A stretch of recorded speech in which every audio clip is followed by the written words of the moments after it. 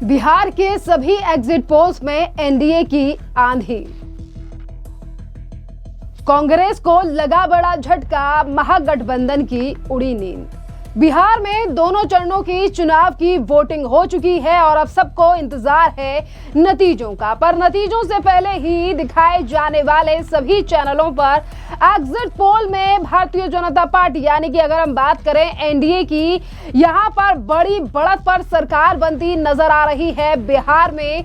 तो वहीं दूसरी तरफ अब कांग्रेस को भी नतीजों से पहले बिहार से लग चुका है बड़ा झटका। जी हाँ, दरअसल आपके लिए बता दें कि शकील अहमद कांग्रेस के पुराने नेता हैं और उन्होंने अब कांग्रेस से नाता तोड़ दिया है बिहार में। और वहीं दूसरी तरफ एनडीए के इन आंकड़ों को देखकर गठबंधन को भी लग चुका है बड़ा झटका। जी हाँ, अब आपके लिए दिखाने जा रहे हैं हम तमाम वो एग्जिट पोल जो आज एनडीए की बड़ी बढ़त बता रहे हैं। और एक एग्जिट पोल नहीं, दो नहीं, बल्कि 10 से ज्यादा ऐसे एग्जिट पोल हैं जो सीधे तौर पर ये आंकड़े दिखा रहे हैं कि इस बार बिहार में वापसी करने जा रही है एनडीए सरकार और फिर एक बार यहां पर बड़ा झटका और हार का सामना करना पड़ रहा है गठबंधन के लिए। इसी के साथ आपके लिए बता दें कि बीजेपी ने एक सर्वे की, यानी कि एक जो सर्वे है जिसमें तमाम चैनल दिखाई दे रहे हैं,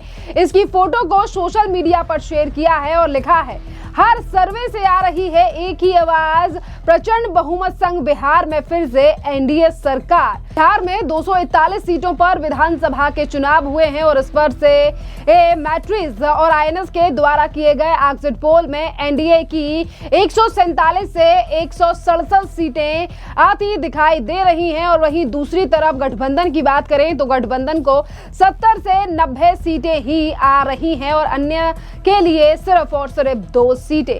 इसी के साथ पीपल पल्स की बात करें तो देखिए, पीपल पल्स के द्वारा किया गया एग्जिट पोल जिसमें एनडीए के लिए 133 से 159 सीटें नजर आ रही हैं इनके एग्जिट पोल में। और वहीं दूसरी तरफ महागठबंधन सिर्फ 75 से 101 पर ही दिखाई दे रहा है। और अन्य की अगर हम बात करें तो अन्य 2 से 13 पर ही इस समय है। और पीपल्स इनसाइट की बात करें तो देखिए, एनडीए यहां पर 133 से 148 के बीच सीटें ला सकता है इस बार 14 तारीख को आने वाले नतीजों में। और इसी के साथ साथ महागठबंधन की 87 से 102 सीटें। अन्य की बात करें तो हर एग्जिट पोल में अन्य की सीटें सिर्फ 3 से 5, 3 से 8 और 10 के दायरे में ही दिखाई दे रही हैं। और इसी के साथ साथ चाणक्य के द्वारा किया गया एग्जिट पोल, देखिए चाणक्य के एग्जिट पोल में एनडीए के लिए 130 से 138 सीटें, तो वहीं दूसरी तरफ महागठबंधन के लिए 100 से 108 सीटें आती दिखाई दे रही हैं और अन्य के खाते में सिर्फ और सिर्फ 3 से 5 सीटें। इसी के साथ साथ देखिए, अगर हम बात करें पोल स्ट्रेट की तो पोल स्ट्रेट में एनडीए की 133 से 148 सीटें और वहीं दूसरी तरफ गठबंधन की सीटें बहुत ज्यादा कम, यानी कि वही 102 का आंकड़ा दिखाई दे रहा है। और जेवीसी चुनाव के अनुसार अगर हम बात करें, यानी कि इनके द्वारा जो एग्जिट पोल किया गया है, यहाँ पर एनडीए की सीटें 150, जी हाँ 150, यानी कि बहुमत का जो आंकड़ा है उससे भी एनडीए काफी ज्यादा सीटें इस बार लाता दिखाई दे रहा है। और महागठबंधन 88 से 103 सीटों पर ही अटका हुआ है। यानी कि यहाँ पर अगर हम पैराग्राफ की बात करें और इसी के साथ साथ पोल डायरी की बात करें तो देखिए, पोल डायरी ने सबसे ज्यादा सीटें अपने एग्जिट पोल में एनडीए के लिए दिखाई हैं और पोल डायरी में 209 सीटें एनडीए लाता हुआ दिखाई दे रहा है और गठबंधन सिर्फ और सिर्फ 49 पर ही है।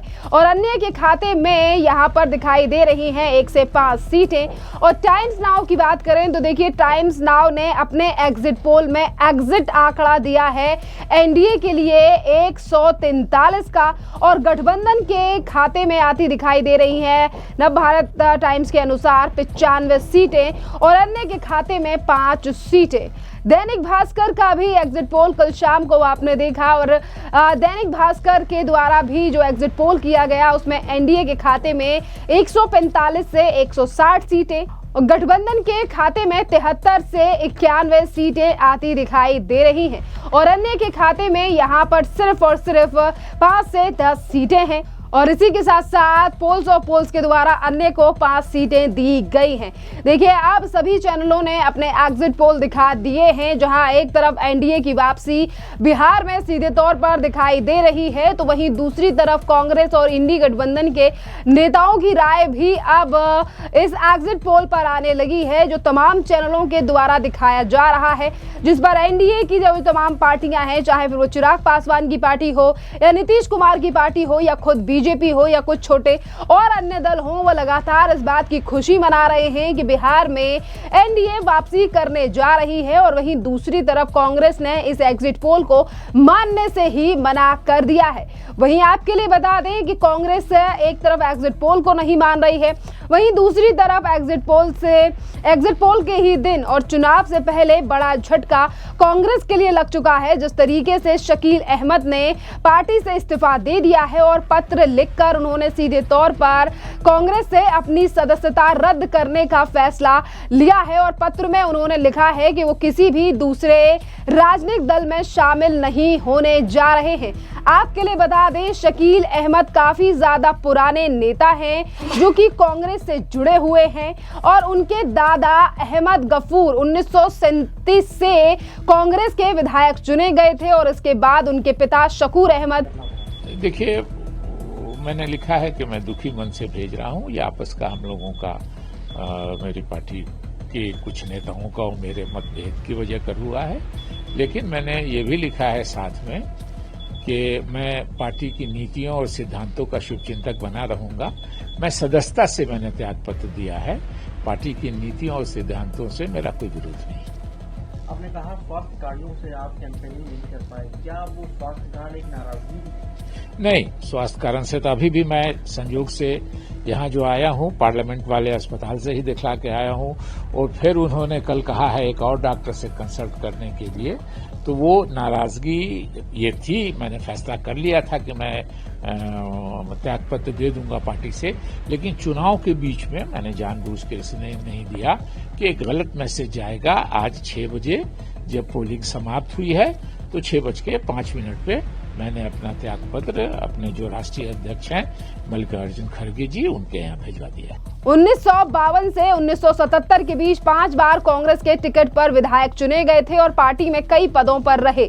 शकील अहमद खुद 1985 के बाद से 5 बार कांग्रेस के टिकट पर विधायक और सांसद चुने जा चुके हैं और इतने पुराने नेता ने भी अब कांग्रेस से अपना संबंध तोड़ दिया है और उन्होंने पत्र लिखकर ये बात को व्यक्त किया है कि आखिरकार किस तरीके से अब वो कांग्रेस के साथ अपना रिश्ता खत्म कर रहे हैं और अब उन्होंने इस्तीफे की बात कर दी है, जो कि कांग्रेस के लिए बड़ा झटका है कि किस तरीके से पुराने जो साथी थे जो कांग्रेस से जुड़े हुए थे, अब वो भी एक एक करके कांग्रेस का साथ छोड़ रहे हैं। खैर, इस पूरे मामले पर अब आपकी भी जो राय हो, आप भी हमें कमेंट कर जरूर बताइए। धन्यवाद।